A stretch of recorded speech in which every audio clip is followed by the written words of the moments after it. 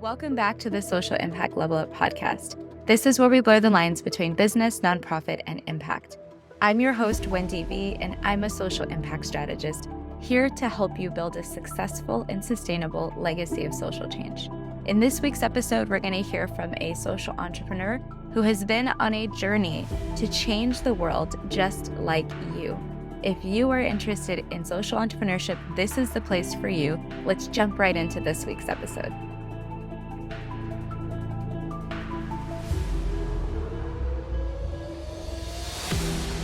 Hey everyone, welcome to another episode of the Social Impact Level Up podcast. We are here today with one of my very favorite people to talk to, Norma Reyes. We are going to talk all things career, maybe some woo-woo stuff, and of course, the nuances of being a Latina in a professional environment and starting your own coaching business. This is going to be a really dynamic episode where I am going to be joined by my co-host in the episode. Rodrigo Bravo is here today with us. And today we will dig into all of the knowledge and wisdom that Norma has to share. Rodrigo, what do you want to say? I'm just excited to be here. Really happy to have this conversation with Norma, with Wendy, and really just kind of continue the work that we've been doing for the podcast here, the Social Impact Level Up Club Collective. So excited to be here. Happy to make this happen. Thank you so much, Wendy and Norma, for being here. Yeah, and Norma, we're excited to get to know you. We're excited for our audience to hear all that you have to say. So we're definitely going to just jump right in. Please introduce yourself. Tell us a little bit more about you and how did you end up where you are in your career right now? Yeah. Well, thank you both for having me on. So my name's Dr. Norma Reyes. I have my PhD in adult professional and community education, and I have my master's in counseling. I'm a licensed therapist in the state of Texas. And we'll start with like, how did I get here? So I had no idea what I wanted to do, as probably most of us do when we're teenagers and we get asked the $1,000,000 question about what we want to do with our lives. And when I can't even remember the first time. Well, actually, I can. It was like 4th grade. And I remember saying I wanted to be a judge. And I had no idea what you had to do to be a judge. And no one ever told me either. When I said I wanted to be a judge, I remember creating like a diorama of like a courthouse that was like saying what I wanted to be. And so, I don't know how I forgot that. I mean, that would be kinda neat. I do know that you could be a justice of peace without having a law degree, so maybe one day that's still something I can do long future from now. I say like I'm, like, super young, but I'm in my late 30s, almost gonna hit 40 at the end of the year.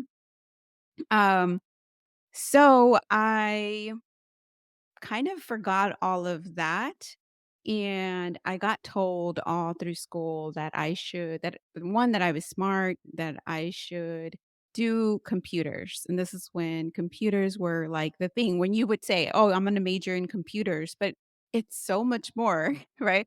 There's so many different ways that you could work in tech. There was no word for tech or working in the tech field. At the time, it was just called computers, and I just went into computer science because I was told that I was smart.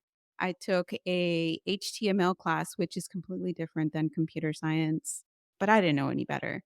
Um, so my freshman year was a very interesting learning experience in college. I am the first in my family to go to college. Both my parents are from Mexico.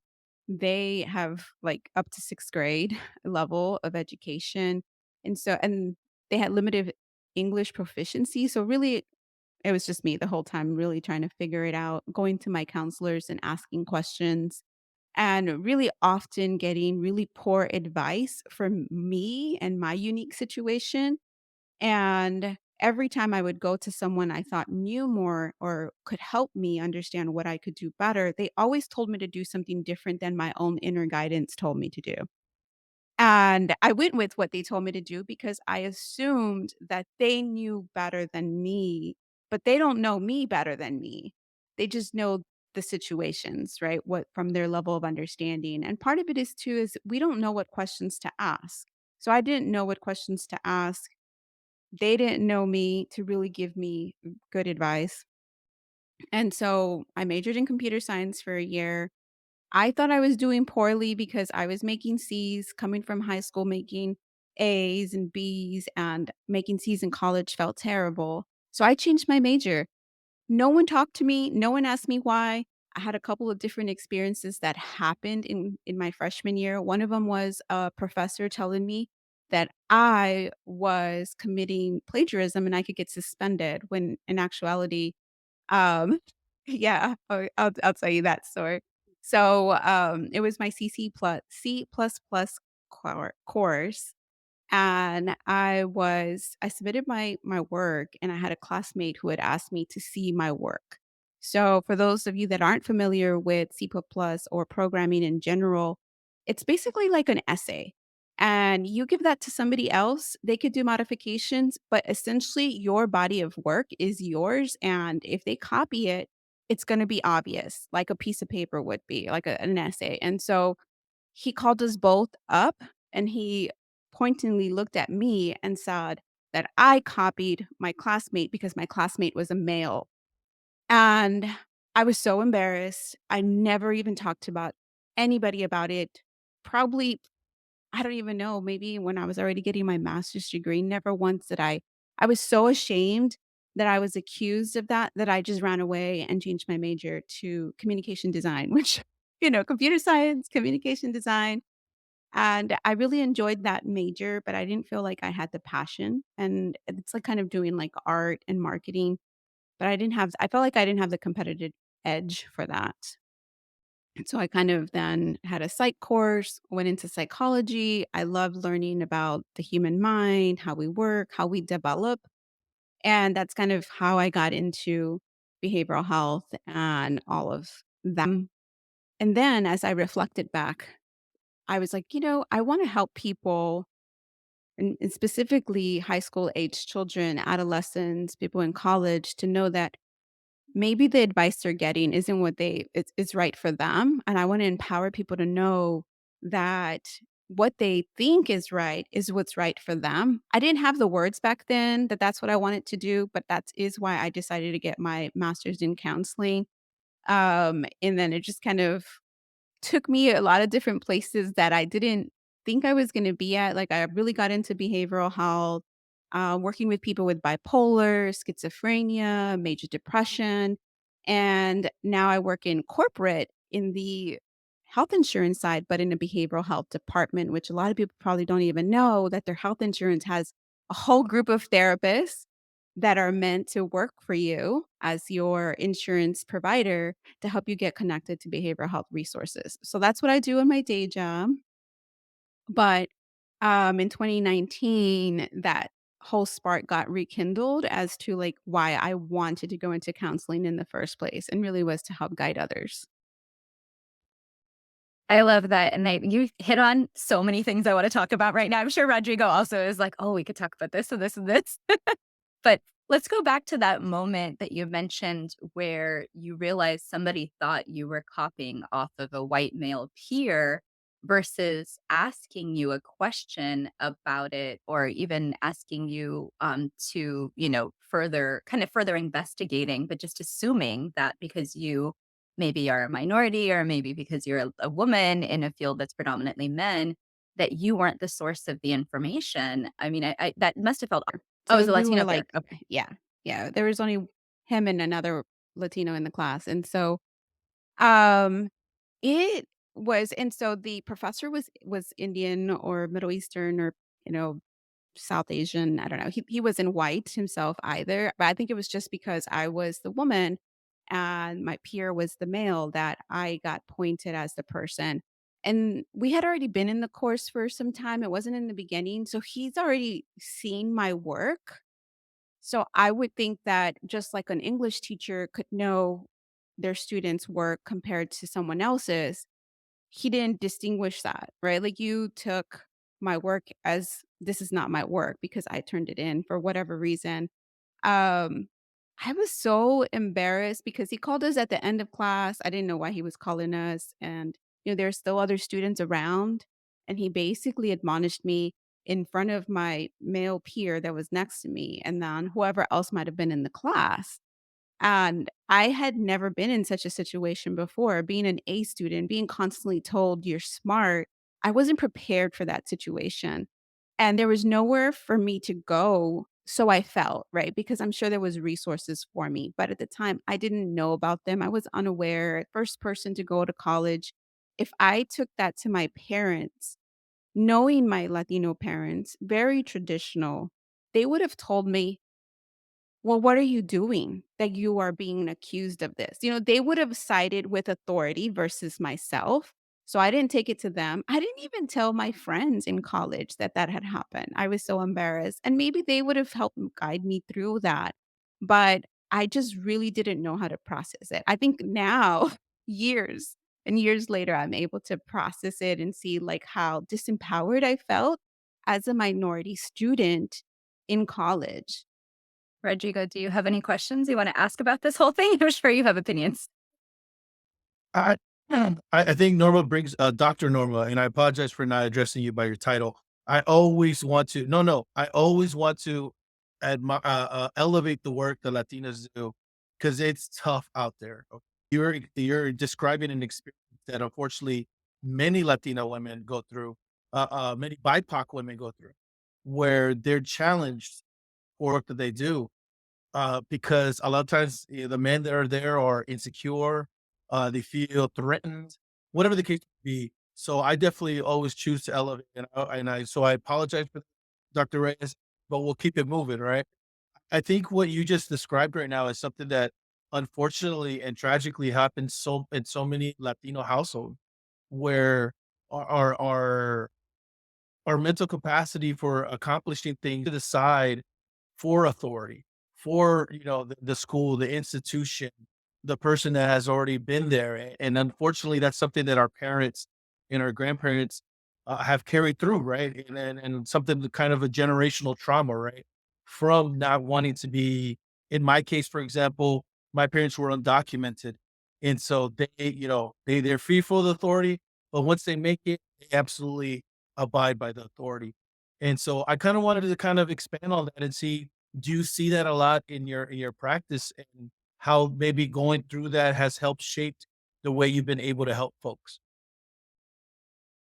Yeah, definitely. I think mostly what I encounter, because the clients that I ideally work with and have worked with are those that are stuck in figuring out what they want next in their career, but they don't see their limiting beliefs because they've been achieving, but underneath it, there's something that tells them why they can't do something.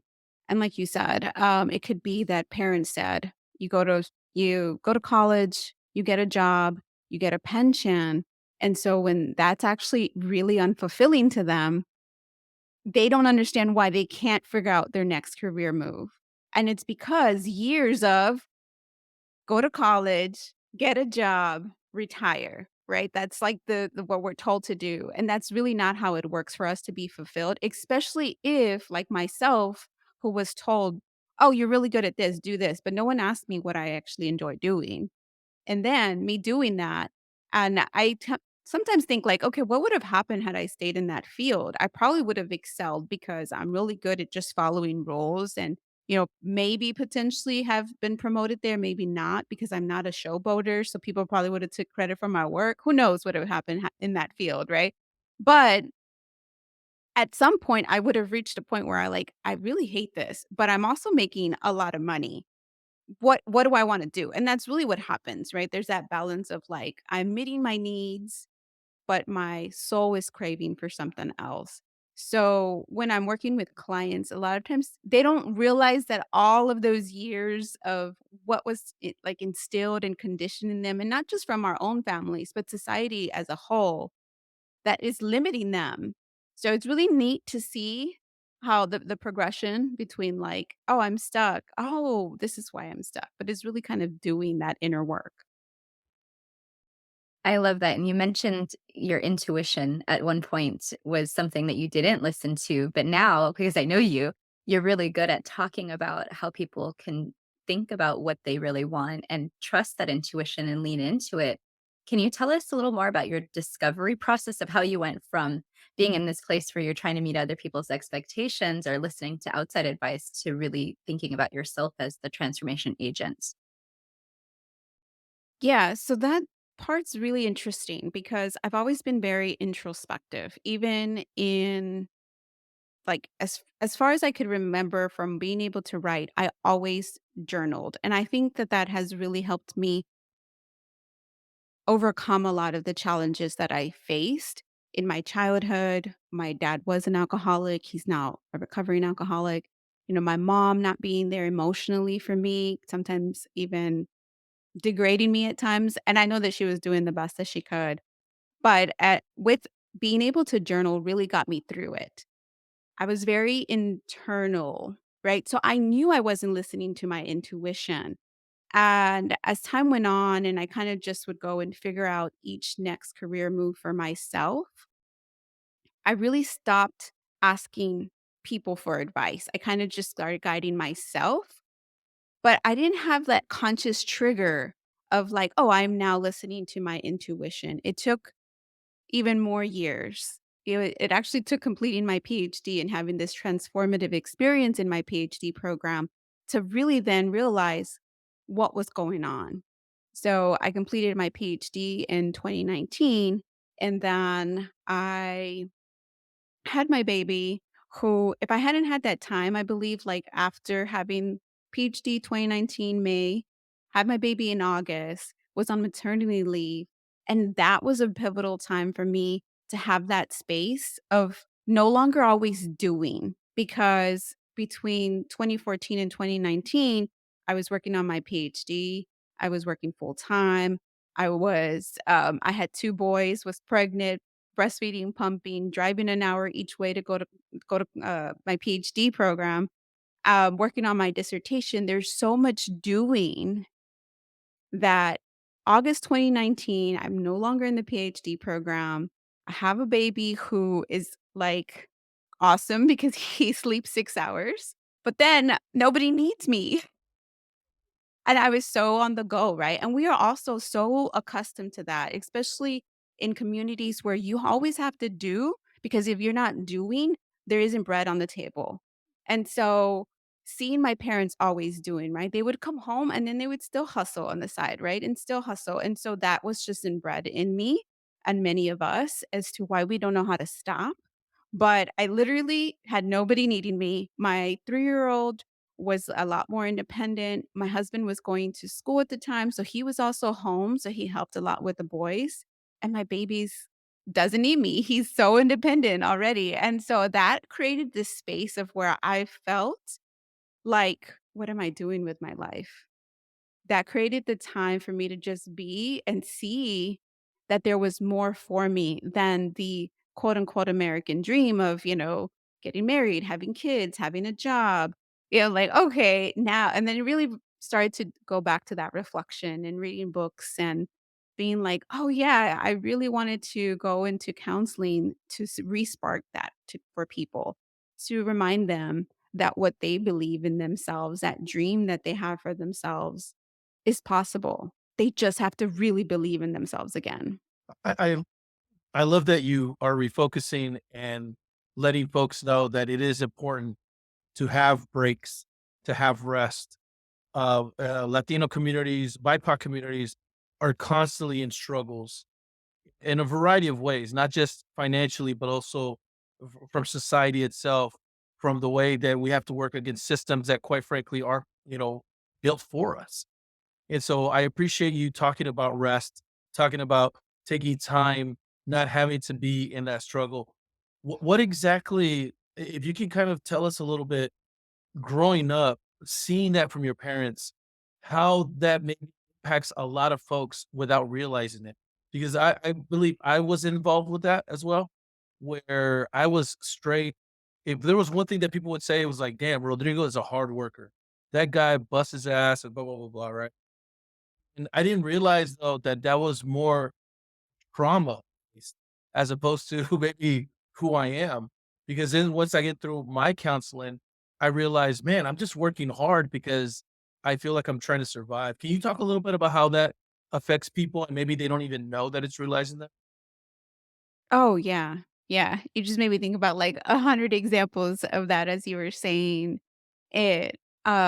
So to give you guys a little bit more background about me, I have 2 older sisters, but they, like, went to go live with their dad when they were teenagers, so really I became, like, the oldest, and, my brother's 4 years younger, and so I was really, like, responsible for us, the latchkey kid where, you lock the metal door as soon as you get home and, there we are, and my mom, she worked a lot of laborers jobs, she still does, she's a custodian now at a state hospital, but at the time before she worked laborers jobs that didn't have any paid time off, didn't have any insurance, we were on Medicaid. And so even though she worked hard, there was nothing really to show for it, right? Same thing for my dad, laborer's job, doing tree trimming. And so they would both come home. And again, my mom immediately, there was no break for her. As soon as she got home, she was cooking and getting everything ready for dinner. And basically, like we were just expected to be out of the way, be quiet. We had one TV, so we all just watched the same thing. I still have one TV here too, so I highly recommend it because I think it keeps us all together, but that's something else. Um, but what would happen is my mom would come home and she would just nag me as soon as she got home, and she would just complain that I didn't do anything, that I wasn't cleaning, that the house was still a mess. So what ended up happening, right? The way I rebelled, even though I was like, quote unquote, like straight A, really well behaved child, I got tired of hearing her tell me that I didn't clean the house when I would clean the house for her as soon as I got home. Like, I knew I got home from school, I cleaned the house, I made sure my brother ate something, and then just waited for my parents to come home. But as soon as she came in, and of course, that's probably programming that she had, that as soon as somebody told her that she just wasn't doing, right? Because my mom just saw me sitting on the couch when she got home, so she assumed that I did nothing. So I stopped cleaning the house, and again, she would already nag me, so it was like, "Just you're gonna nag me anyway." But now, like, fast forward to now, that if I'm resting, I will sometimes feel like I need to be doing something, especially when my husband comes home. And he's never told me, "You're doing nada," or "You're being lazy," or whatever, but as soon as he makes any gesto, right? It just triggers that in me of my mom telling me, "Ahí estás sentada haciendo nada." Like, and it's like, I did, I swear. It's like, I just worked all day. I deserve to sit on the couch, but it's like, it's a constant something that sometimes we don't even know, right? And what it can happen in those situations is like, maybe your spouse, your partner, whoever comes home and they kind of re-trigger a memory that you don't even realize is there. And then you start fighting about something. So it's really important to just kind of see, what are you fighting about that doesn't matter? And it's something that I always have to tell him. Like, I feel like you're just saying I didn't do anything all day. And he's just like looking at me like, I didn't even say anything to you. But I consciously know that also, there was all that constant trauma of my mom coming home and telling me, "You ain't doing nothing all day," just because she sees me sitting on the couch at that particular moment. Oh, you said so many things in there that triggered me from my latchkey kid story too, that I feel like that little latchkey kid still lives inside of me somewhere, and it's, like, fearful when I have a sink full of dishes that somebody's gonna come in my house and be like, "Why are your dishes not done? You're not doing homework. Why are you not doing these dishes?" It's so funny how those things stay with you for your whole life, and they're such pivotal experiences for you.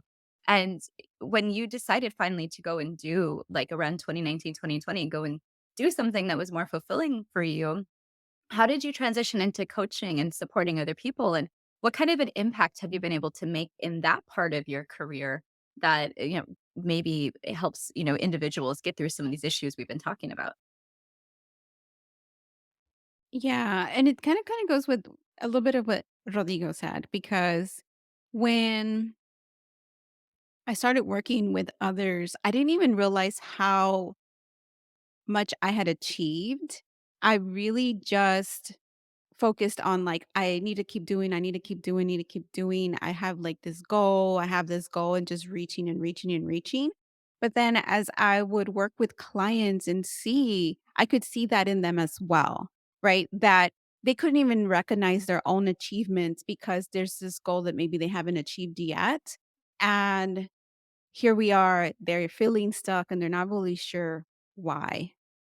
And just seeing that unfold, right? Helping them uncover that because that is one of my gifts to be able to kind of see clearly what's going on in their lives.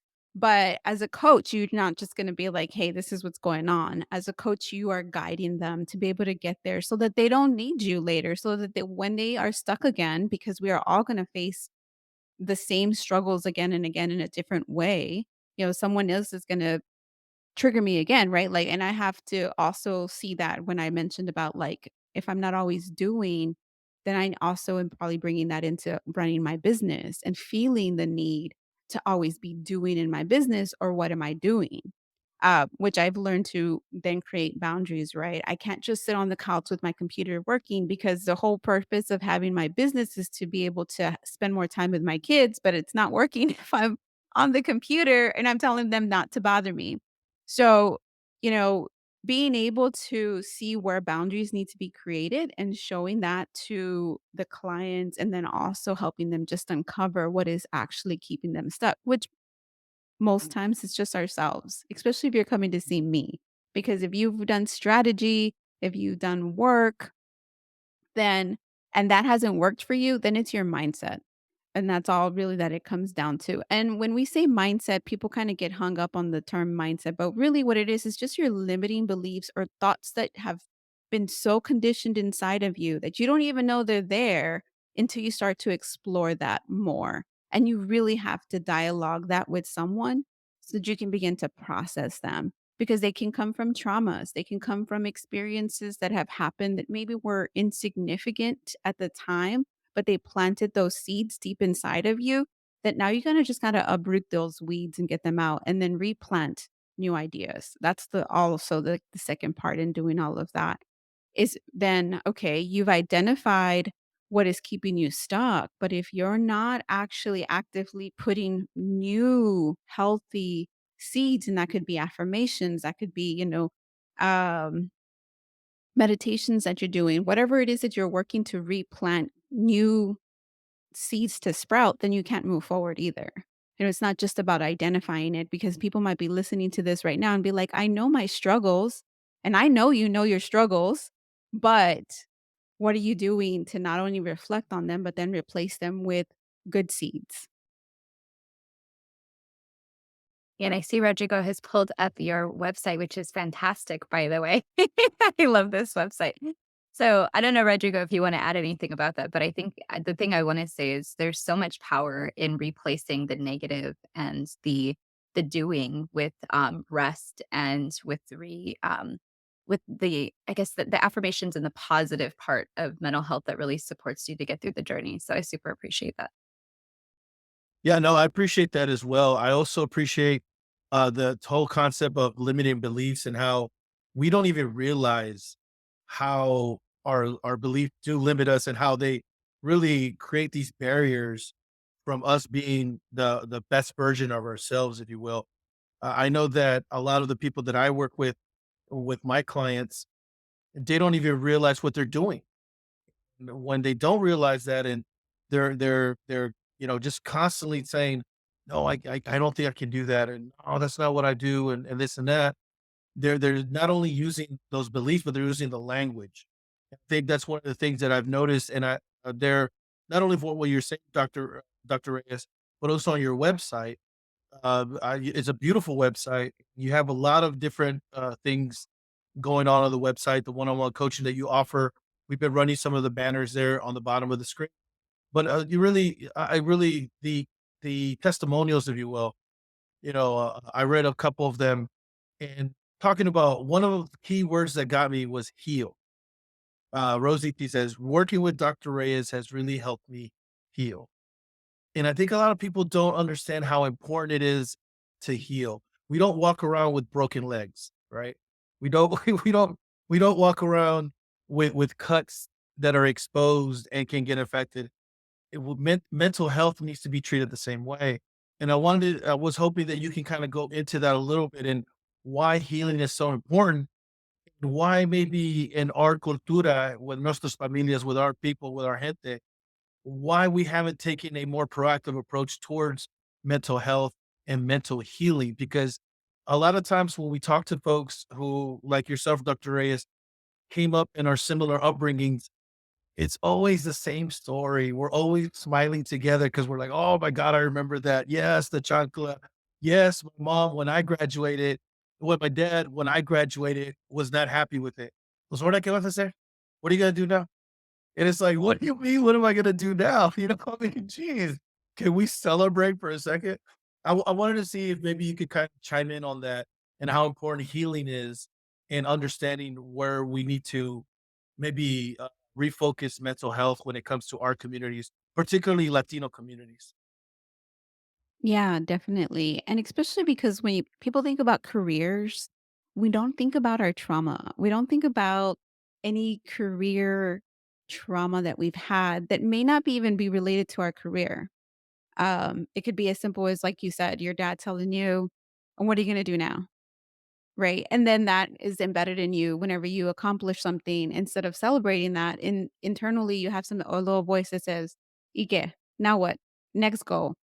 I know that I do, until, like, I stop. Like, for example, I started adding a crystal shop in November, and going from 0 to 60, it just happened, and I started selling crystals, and I made about, like, close to 500 on my first month. First month, barely advertising, nothing. Right away, I wanna reach my next goal. I didn't even celebrate it, and then into I was like, wait a minute, let's take a step back." Like, I just hit this goal and now I wanna double the goal because that felt quote unquote easy, but it wasn't necessarily easy. I had already built my audience from 2019 till now. Of course, there's gonna be some people who are interested in crystals, ready to buy, and that opportunity was there, but that doesn't mean that I can just double my profit from 1 month to the next. Like, that's not how businesses grow. And it really took me a step back. Okay, I have to recognize that I achieved this goal and I can't just all of a sudden move the bar for myself. And that is what, might have happened to us growing up. You achieve one bar and quickly someone said, "Okay, well you made it. Now you got to go to this next bar and this next bar." And then where in our lives that repeats itself? Definitely our careers. You could be the one that's hustling and hustling and hustling, meeting all of the productive standards, and then you get told, "Oh, you need to meet this goal now." "Oh, you did that? Here's your coworker's work who isn't doing their work." That's re-traumatizing you. What's the point of working so hard and then you are given someone else's work?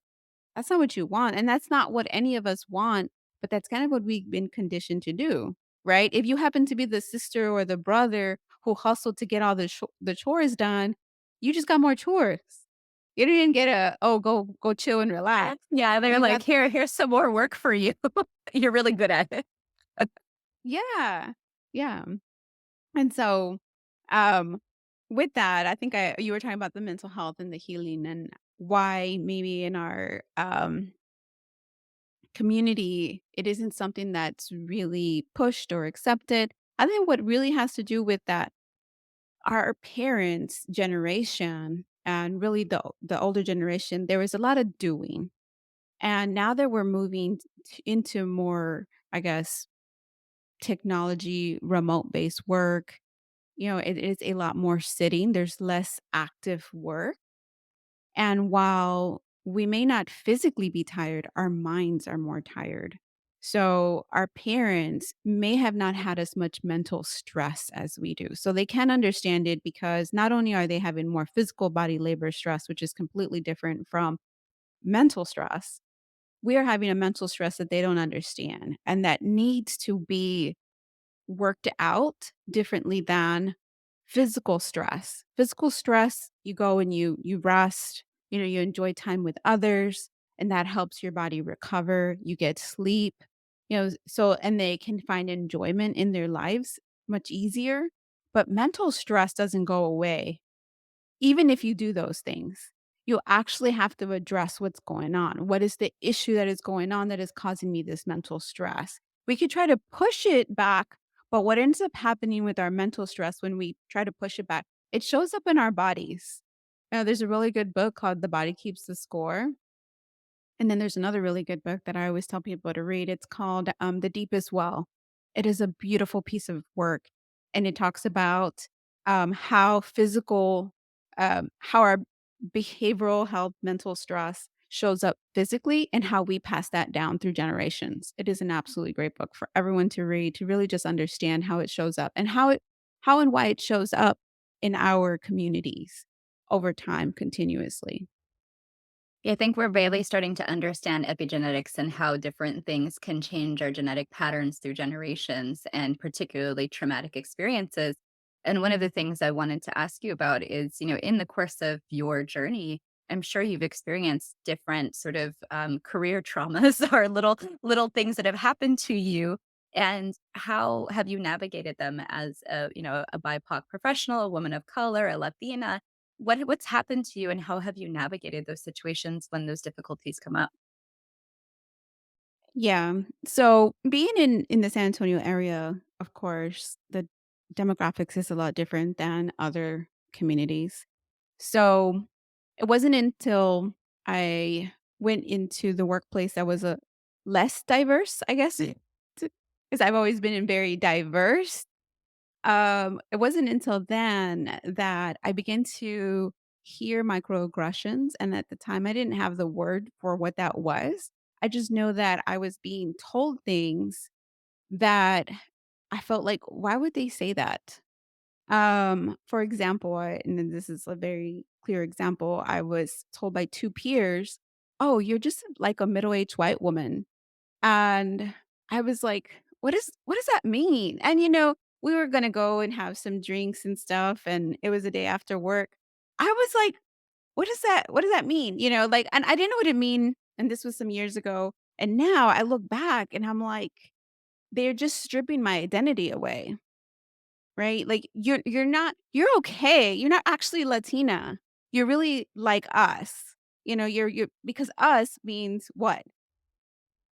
Smart, educated, professional. I mean, I don't know. I didn't ask any questions because I didn't know what they were implying, and maybe they didn't even know what they were implying either, other than, "We like you and you're like us." But again, unknowingly to them, stripping my identity as to who I am. And so what obviously at the time, I didn't do anything then, and now it's still very sticky. I still run into situations where, I mean, we're in video, and so, you still run into situations when you wonder, like, why would say that? And it's really just goes back to they are coming from their level of understanding. And you do need to have to process those things. You could process them with yourself, you can process them with a trusted coworker. I know that a lot of times people always say go and talk to HR, but what is HR really going to do? Um, there's a fine line, right? They would then address it with my superiors, and then, right? Like, but what does it do for me? And for me, at this point, I'm not going to be like, "Oh, that was a microaggression and they need to fix themselves." I just am growing to understand, like, these people only have a certain level of understanding. And since it's not a really affecting my career, and maybe this is not the advice some people need to hear, because there's if someone is harassing you, there's a difference between a microaggression and someone harassing you. If somebody was harassing me, I will definitely take that to HR. But there are times that people say things with an unconscious bias, and they really just don't even know what they just said. So if you really feel the need, you can go and address that with that person and be like, "Hey, when you said this really made me feel this way. I don't want you to think that I'm going to go to HR," or whatever you want to tell the person. That can help you kind of heal that part. But for me in my career currently, it's not something that I am actively addressing, but now I have the words for it. Now I have the control over that. And sometimes that's all we need. Be like, "Hmm, that's funny. That's the level that those people are at." And I'm putting that hand bar really low, right? They're not where you are. So you know how they say, like, why go low? Go high when people go low.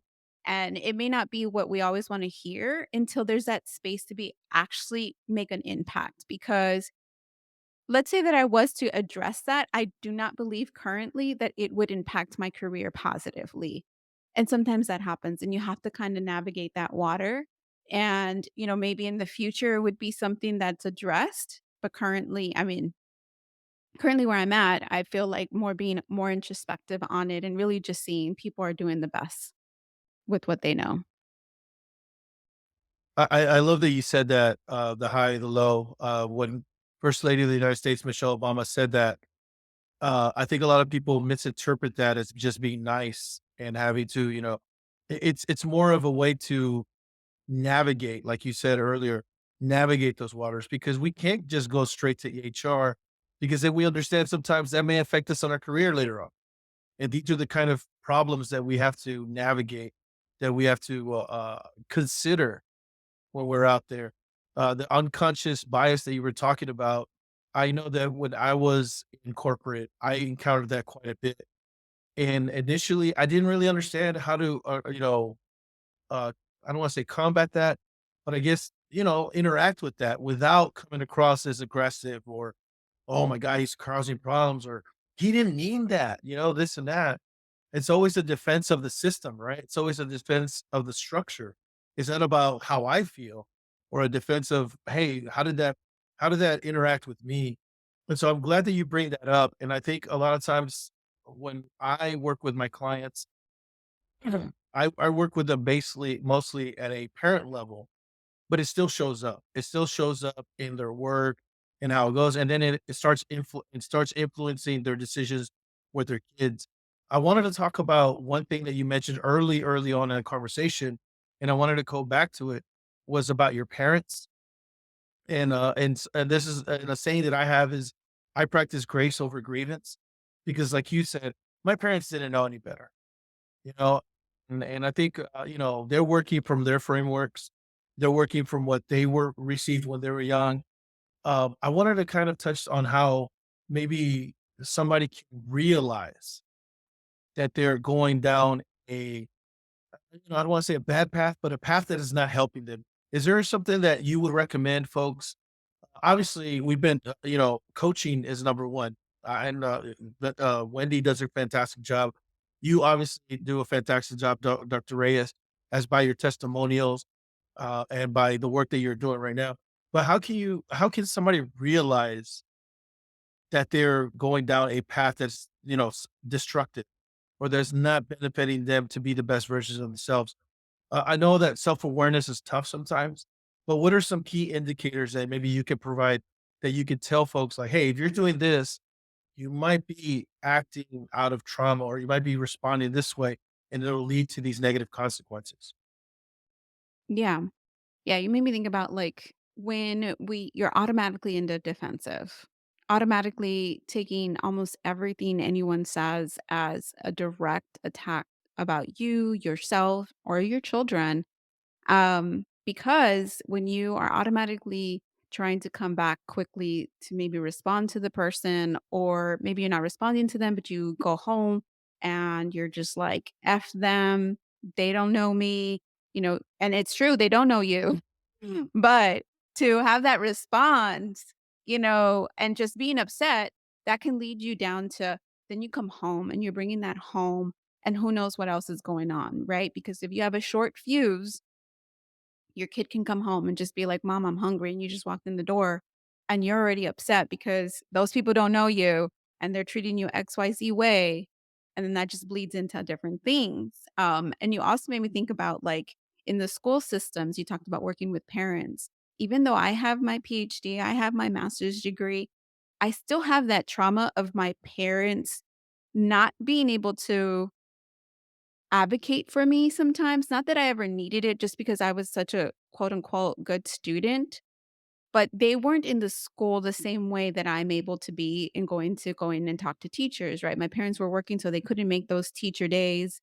But even when I go in there, I still can feel the presence of my parents feeling that angst and that anxiety of automatically assuming that the teacher thinks I'm uneducated because I'm a Latina. And I have my PhD. So I want to normalize that for people that there may be things inside of you that you are feeling, regardless of where you are in your life. And it's okay to feel that, but you have to ask yourself, why do I feel this way? If you're not asking yourself why you feel a certain way, you're never going to get down to it. Right. And you also talked about your parents being undocumented. I will tell you, I am the most law abiding citizen. And I still get afraid when I see a police officer. Why? Why? Because my parents were undocumented for a period of time. And even when they stopped being undocumented, they still were very afraid of being deported because we are conditioned to know that we can be deported. It doesn't matter. Like, I still even like 'cause I was born by midwife, and I still was a midwife here in the United States, and in my birth certificate, it says I was born by midwife. I constantly had a fear of, like, was I really born by a midwife, or did my parents just somehow say that, and I'm really not born here, but it's in my birth certificate, so I'm American citizen. But why am I afraid? Why am I afraid? But we are so conditioned as a people to be afraid and be told that we can just be kicked out, and that's really, like, that's, like, the society as a whole, right? But you have to really just start asking yourself why you feel a certain way when you know that you're doing everything that you need to be doing. Even like, let's say that my boss called me right now and said, like, hey, I need to talk to you really quick. Right away, I'd be like, oh my God, like I'm going to get fired. Again, that trauma.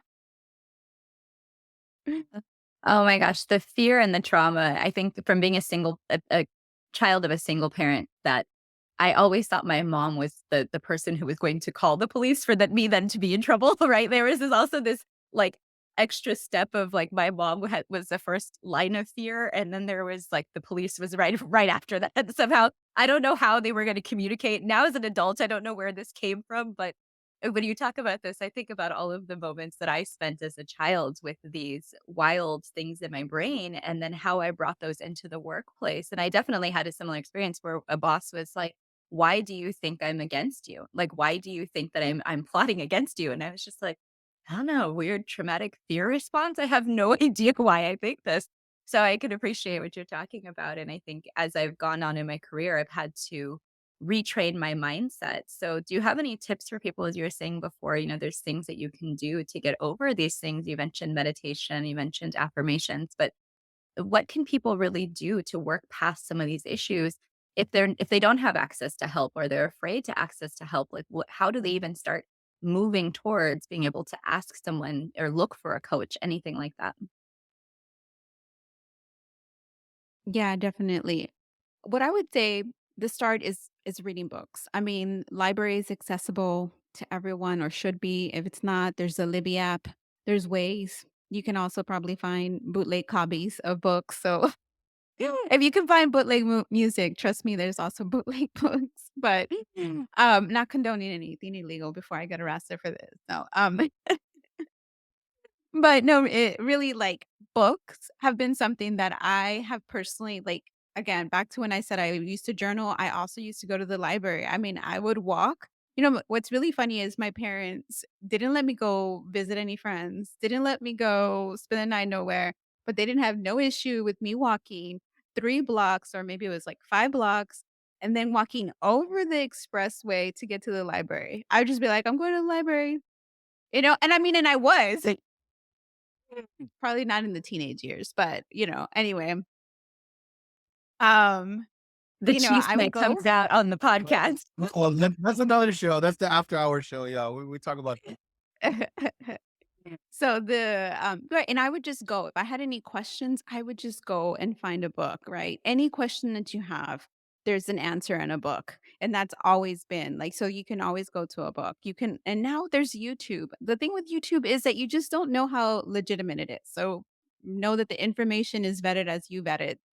And then really, after, kind of digesting some knowledge, because we can't just bank on our own knowledge. We have to know that our knowledge comes maybe from our parents, school systems that, again, aren't necessarily here for us because they're built on structures that weren't meant for us either. So when you then start creating your own knowledge bank, then you can start to really kind of uncover some of those things because, like you said, a lot of times we don't even know. And another sign too, just to go back a little bit on how to maybe identify that you're being triggered, is when you go from 0 to 60. when you are just having a plain day, everything's going great, and then all of a sudden you find yourself screaming at your children, yourself, or your partner, that's how you know you've been triggered. That is a trigger. Somebody pushed the button and boom, you've just blown up. So when that happens, and trust me, I still get triggered too. Um, you just kind of have to take a step back and take a breath, and then, then you can start, right? And be and apologize. I think sometimes what happens is that we get triggered, we blow up, and then we don't apologize for it. And then that kind of cycle continues. And then it builds up in you, it builds in the other people who maybe they just asked you, "Hey, can you give me that glass of water?" And you're just like, "Get it your fucking self." But when you don't say, "Hey, I'm sorry for that. I don't know what triggered me." Um, you don't open that window, and really just being willing to accept, like, "Hey, I'm sorry for this. I'm sorry that I did that." And acknowledging that maybe what you said or did wasn't okay. It doesn't make it acceptable. It doesn't mean that they have to forgive you. It just means like, "Hey, I recognize that my behavior was something I could have done a little bit differently." And just going online and finding any journal prompts to start doing some evening reflections. It can be very, very simple. Some questions I can share that I started doing, not just with myself, but my kids, and they really enjoy it. I have my 3-year-old tell me, "Ask me another question, mommy." And so one of them is, actually, let me get the book because I'm going to probably forget them. So the questions are, what made me happy today? What challenged me today? And I change it for them and ask them what was hard for them. How did I help someone today? What could I have done differently? And what did I learn about myself? And I love hearing the kids' answers to that. And it's kind of become like our own little like family time. As I mentioned before, right? I have the business and I trying to balance my time. And by doing my journal reflection with them, it gives me time with them that I didn't even realize I wanted to have. That's amazing, Dr. Reyes. I love that. As a parent advocate, as a consultant for co-parents, I'm always looking for ways to incorporate children into our activities, and I hadn't even thought of that. So I appreciate you sharing that. I'm definitely going to incorporate that with my parents that I work with. I know when I was, my boys now are 22 and 18, and so getting them together reading time is a little difficult. But back when they were young, I also was looking for ways to not only just do my work, but do the work with them together. And I think one of the beautiful things that I'm seeing with you, Dr. Reyes, and that I also see with Wendy, myself, and others like ourselves that have come to realize how important mental health is that we're breaking these structures. We're breaking these generational chains that have held us back. Whether it's from admitting, hey, you know what, I need to go to therapy. A lot of times, for Latinos, Latinas, Latinx folks, we were always told to pray about it. No, no, no, no, tú nomás, just pray about it and, or be stronger, right? Especially for the fellas, like, porque estás hablando, don't talk like that. And, oh, you're this, you're that, this and that. And to break those chains and to see, ourselves not just survive, but thrive and pass those down to our kids. I just want to commend you for that because not only is it part of your practice or your praxis, if you will, but it's also part of your family structure. And I think that's really important that folks get that message. And I want to reiterate that message because it really starts with ourselves. And if we expect our kids to be better, we need to better ourselves first. And I kind of wanted to go into that a little bit, if you don't mind. When you talk about balancing work, when you talk about balancing family, when you talk about balancing yourself, how do you manage that? How I know we talked about relaxing and resting and so forth, but how have you come to terms with that and making sure that, hey, if I'm taking time for myself, I don't feel bad about it. Hey, if I take time for my kids away from work, I don't feel bad about it. Can you go a little bit about that and how maybe you came to that realization, to that point, and how folks maybe can come to their own realization to their point? Because I'll end right here. I definitely, just like your parents, my parents, God bless my dad. I mean, he's a fantastic provider, but he showed up to nothing, And then when he did, it was always with a view of like, it's todo. That's it. That's it. Like Es todo lo que vas a hacer, you know, I mean, even starting my own business recently, 2 years ago, my dad was kinda like, "What are you doing? You're talking to people?" You know, can you go a little bit about what you're doing with your own family, but also tips maybe for parents that you know, are working with their children and how they can kind of start breaking those generational chains, if you will. Yeah. Yeah, first start off small. Start off small. Don't try to change everything from one day to the next. And it's gonna progress and it's gonna change depending on your needs. But definitely start off small. One little thing, maybe it's just asking two of those questions in the evening or one of those questions. Because when we try to make a lot of change, it becomes overwhelming, not just for yourself, but for everybody in the family. And I like that you asked like how to deal with the goals, right? I mean, the time for yourself and not feel guilty because I've definitely would feel guilty if I was working on my for myself. I felt like, "Oh, I got to go save my husband from the kids." Right? Like this underlying like I got to go save him from the kids. But what about him saving the kids from me? But that's just like a thought to myself that I started saying, right? Like wait a minute. And, really, so I would say start off small. I personally started with a very, very simple morning routine back in 2019 that it's progressed to being something completely different now.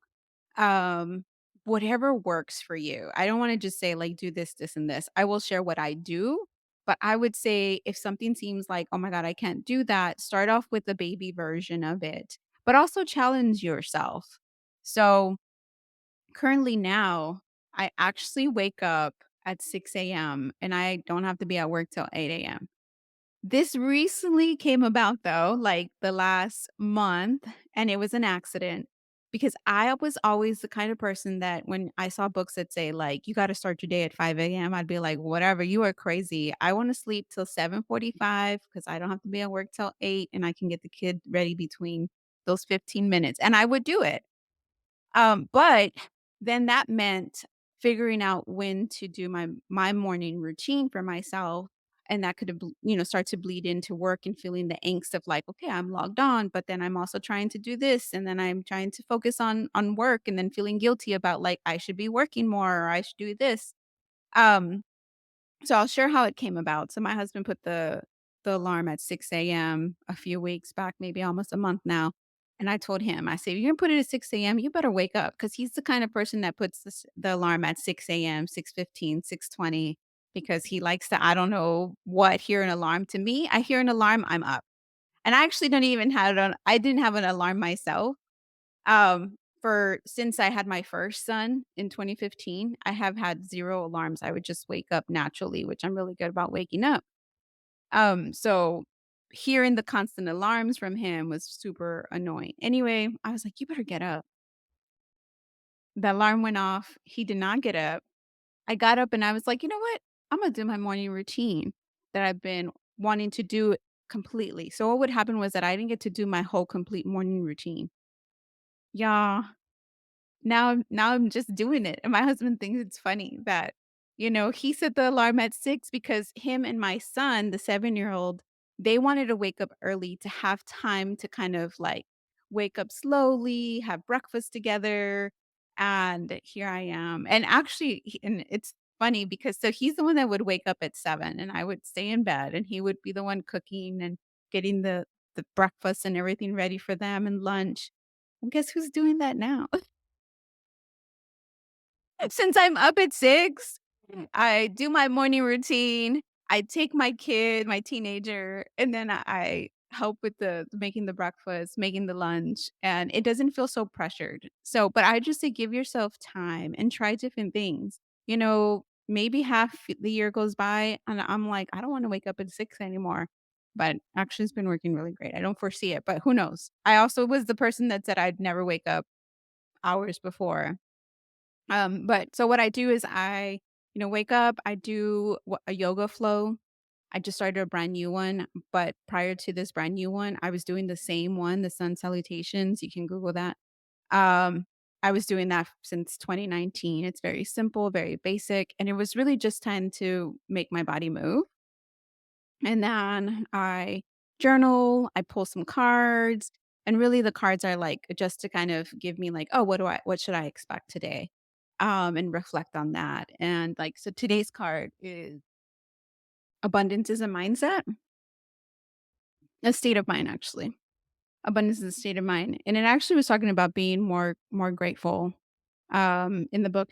And so I just kind of reflect on that. And then I take my whole day and I put it on the little planner. And then in the evening I just fill out the end day. But that's what I do, and then I started to ask my kids the questions, and it's been really great to just ask them the questions. So right about bedtime, I bust out my evening journal, which is it's twofold because I would struggle to do the evening reflections because when you're trying to put the kids to bed and you're just trying to unwind yourself, doing a journal, like, in between all of that, you're just like, "Ugh."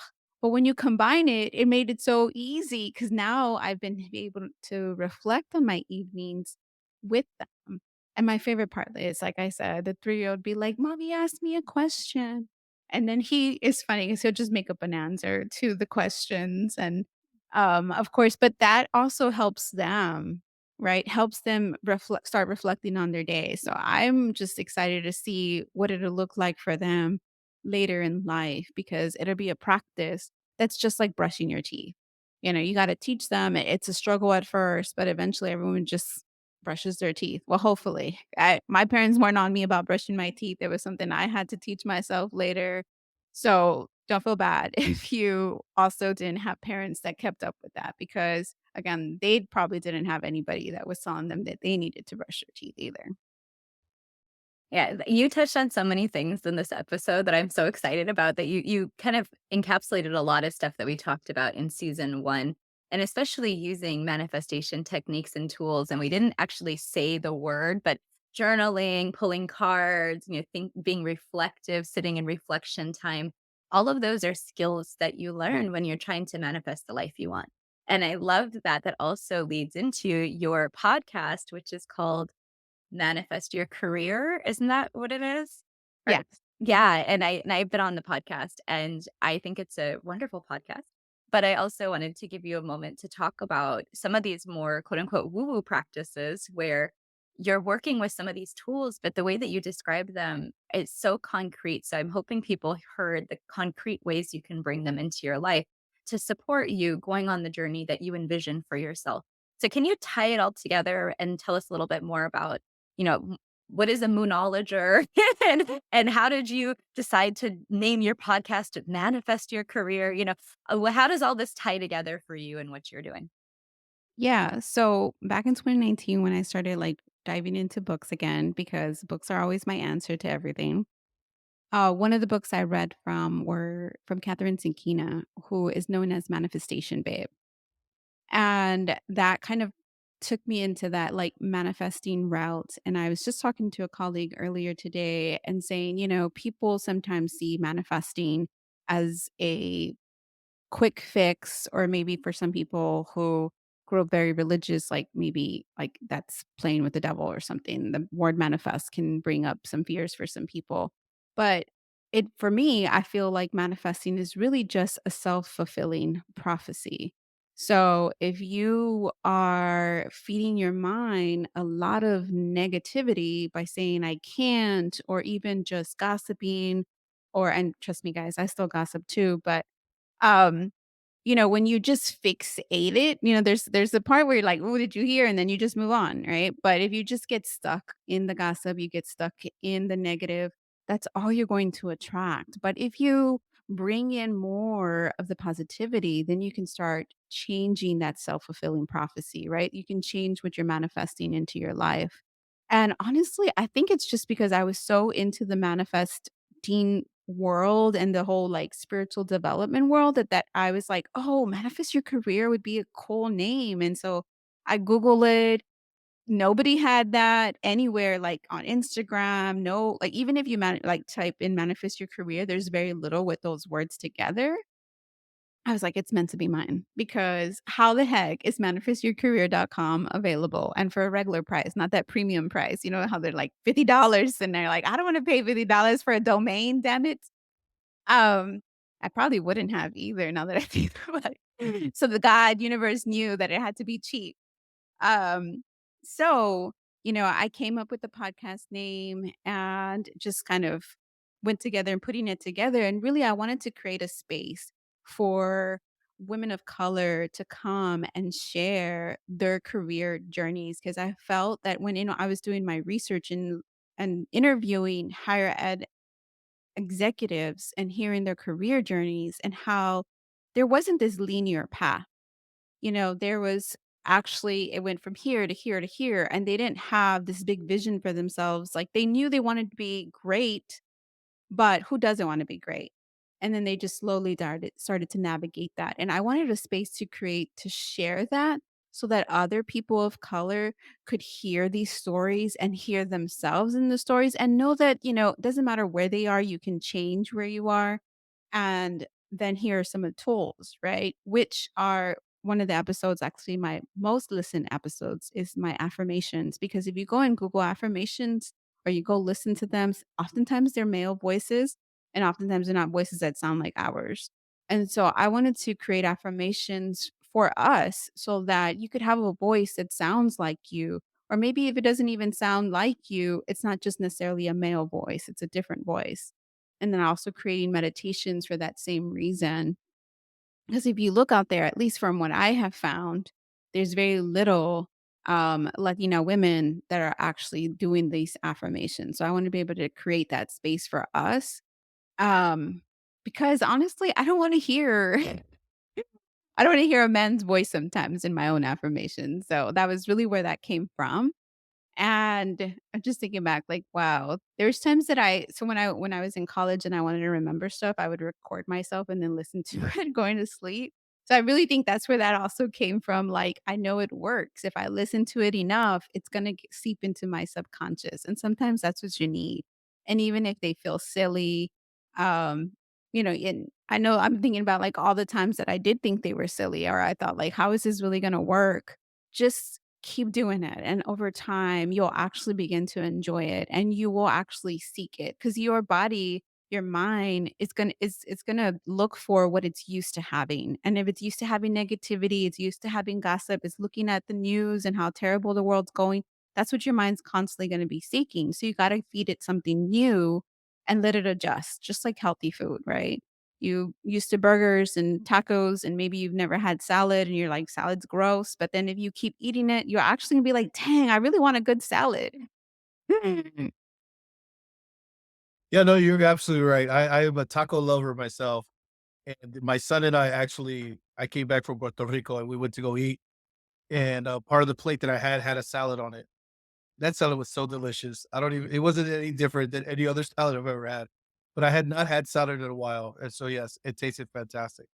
I wanted to just, you said something earlier that I absolutely love, and as a person who was skeptical or at the very least apprehensive of quote unquote "woo things" or crystals and all that, it really is about manifesting what you wanna believe in. It only works if you believe in it, right? And what I mean by that is, I bought a bracelet, that kind of this was like completely out of my comfort zone, but I brought a bracelet because it was symbolic to me, right? And I won't get into like the whole symbolism of it, but I believed in it. And Dr. Reyes, you won't believe how incredible the interactions I had because of that bracelet. I was able to talk about the bracelet, the symbolism of it, and then people would open up about their stories. And it was a way to kind of share a traumatic experience that I had, and then somebody else had the same experience, and then we would talk about it, and especially among Latino men, to have a emotionally charged conversation about that. And so I just wanted to kind of let folks understand that are listening to the show that are maybe apprehensive of crystals or of things of that nature. Because again, I am completely green to it. But somebody, talked to me about it and said, "Hey, no, this might be something that you should explore." I'm 100% sold because I did believe in it, and I saw it serve its purpose. And manifesting your career, manifesting your health, manifesting your wealth, whatever it is you're trying to manifest, the first thing you have to do is believe, right? That you want, that you really deserve it. And you said that earlier. I'm gonna go back and pull that quote, but it was a great quote that you said. I didn't have time to write it down right now, but it really is dependent on how you believe in that. Can you tell me a little bit about how you started on that journey? Because I'm always curious. I know Wendy's very much into it. We talk about it, and I'm still on the fence about stuff, right? But my God, that bracelet, and recently the bracelet broke, right? And my friend who made that bracelet for me, I was sad about it, and she said, "No, it served its purpose." And I thought that was such a beautiful thing to say. It was such a closure or again, changing our perspectives, right? I was seeing it as a sad event, right? Like, oh no. She saw it as a beautiful event. She said, "Hey, this means that it served its purpose. You can let it go now." It completely changed my mindset. It completely like and I'm reflecting right now. I'm like, man, it really did just completely change my mind. So maybe you could talk a little bit about that a little bit more and how they've benefited you and not just that, but maybe just the mindset portion. Yeah, yeah. Yeah, and if you even just take that and you put that on anything, it served its purpose, right? Maybe a relationship, a friendship, an employment, if you take it as like it served its purpose. We need to do that more. Oftentimes we're not really good at closure. And maybe that's something that it's a trauma that's been passed down because if you think about it, a lot of our parents came and immigrated. They never had that closure.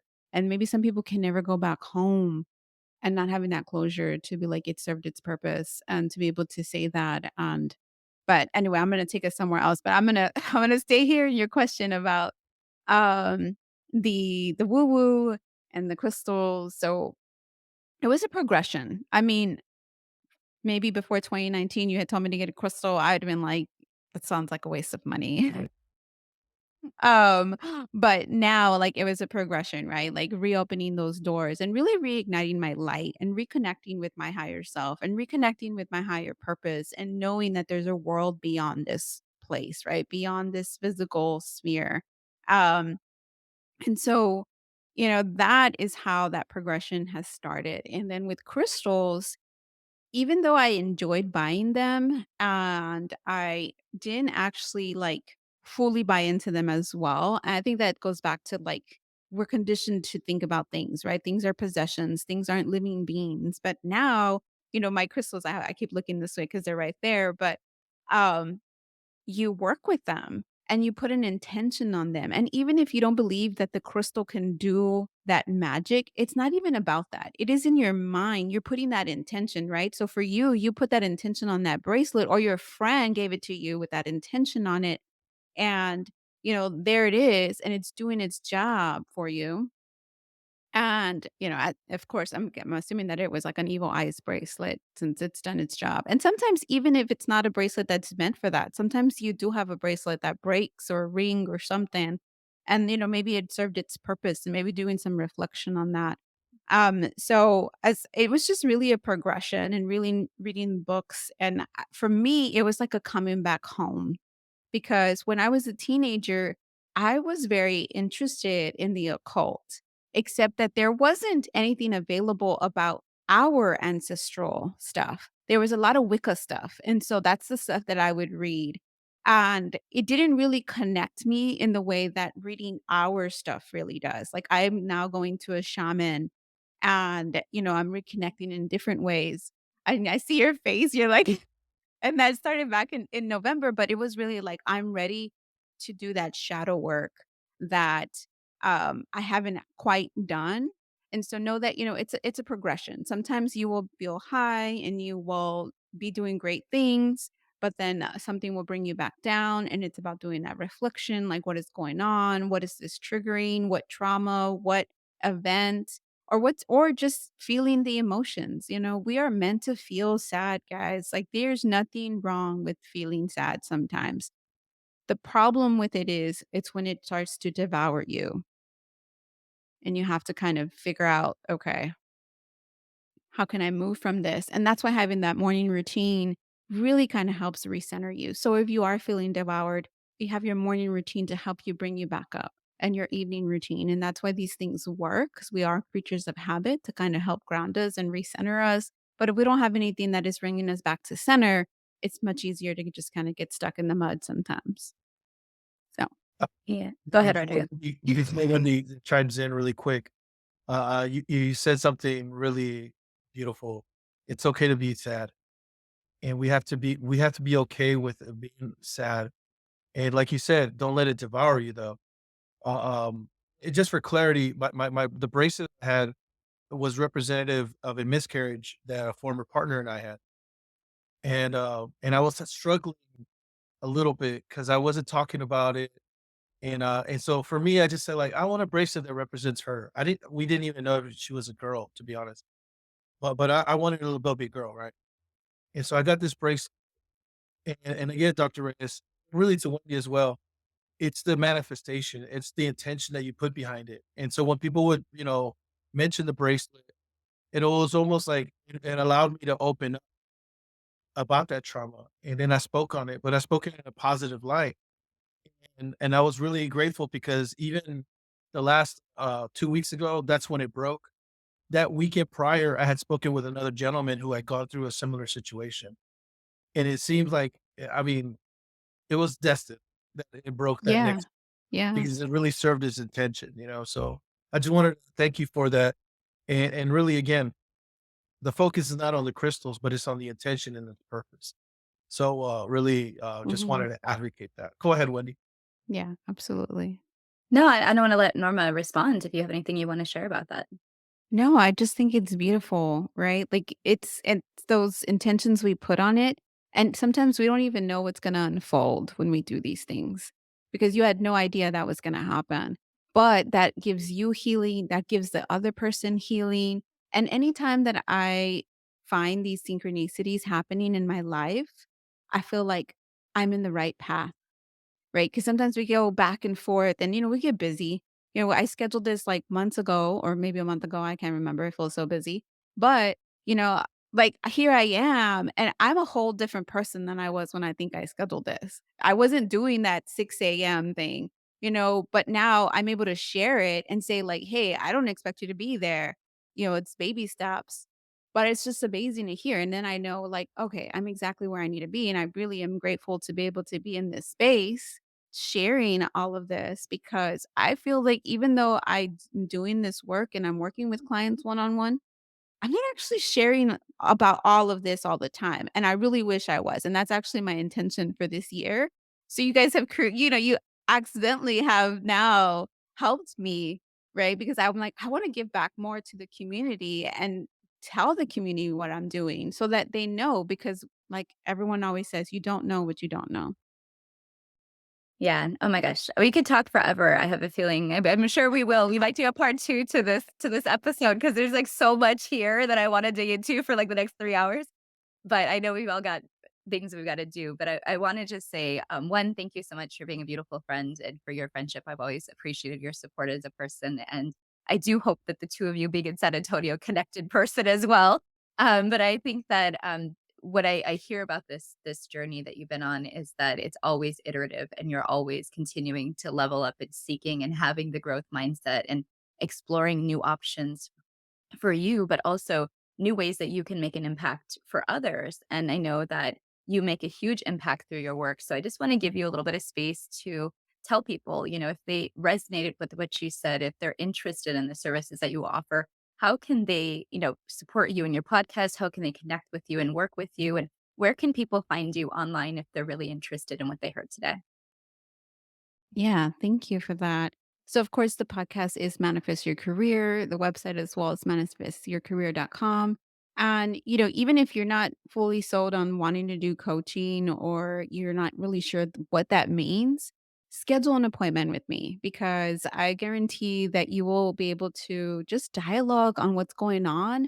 And even if you don't want to do coaching, you will have clarity on what you need to do next for yourself. And I just really want people to take advantage of that opportunity to talk to me one on one. And just be able to say whatever it is that's going on in their careers, because oftentimes we never talk about our careers. I mean, and if we do, it's either, "Oh, I have an interview," or, "Oh, I have a job." And then, whatever comes after that from whoever we're sharing. But I want to create a space where people can just come and really just talk, and then we go from there, right? If you want to work with me, you do, and if you don't, or maybe there's someone else that I can connect you with. And all you have to do is go to the website. I have plenty of schedule a call link there. So that's how people can get to connect with me. Well, I think we're wrapping the show up. Is that correct, Wendy? And we appreciate you being here with us, Dr. Reyes.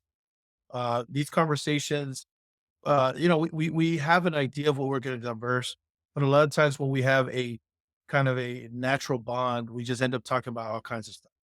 And I really appreciate your willingness to share anything with us, and tell us a little and let us know a little bit more about the work that you do here in San Antonio and really just throughout the nation. We appreciate your time. Wendy, thank you so much as always for setting everything up. I'm really happy to just be part of the conversation and to, just kind of talk about how important it is for us to really calibrate our mindsets and make sure that we're being the best versions of ourselves that we are. With that said, Wendy, would you like to close us out? Absolutely. So, this has been another episode of the Social Impact Level Up podcast with Dr. Norma Reyes. And we're so excited to be bringing you her wisdom and her shares, and just much love and blessings to you and the work that you're doing.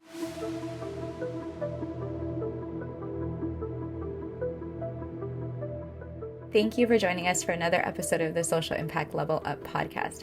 It's been awesome to interview today's guest, and I hope that you leave inspired to take action. If you're looking for any of the information we spoke about, it's probably down in the show notes. Make sure that you're checking them out and you're clicking on any of the links that seem exciting to you.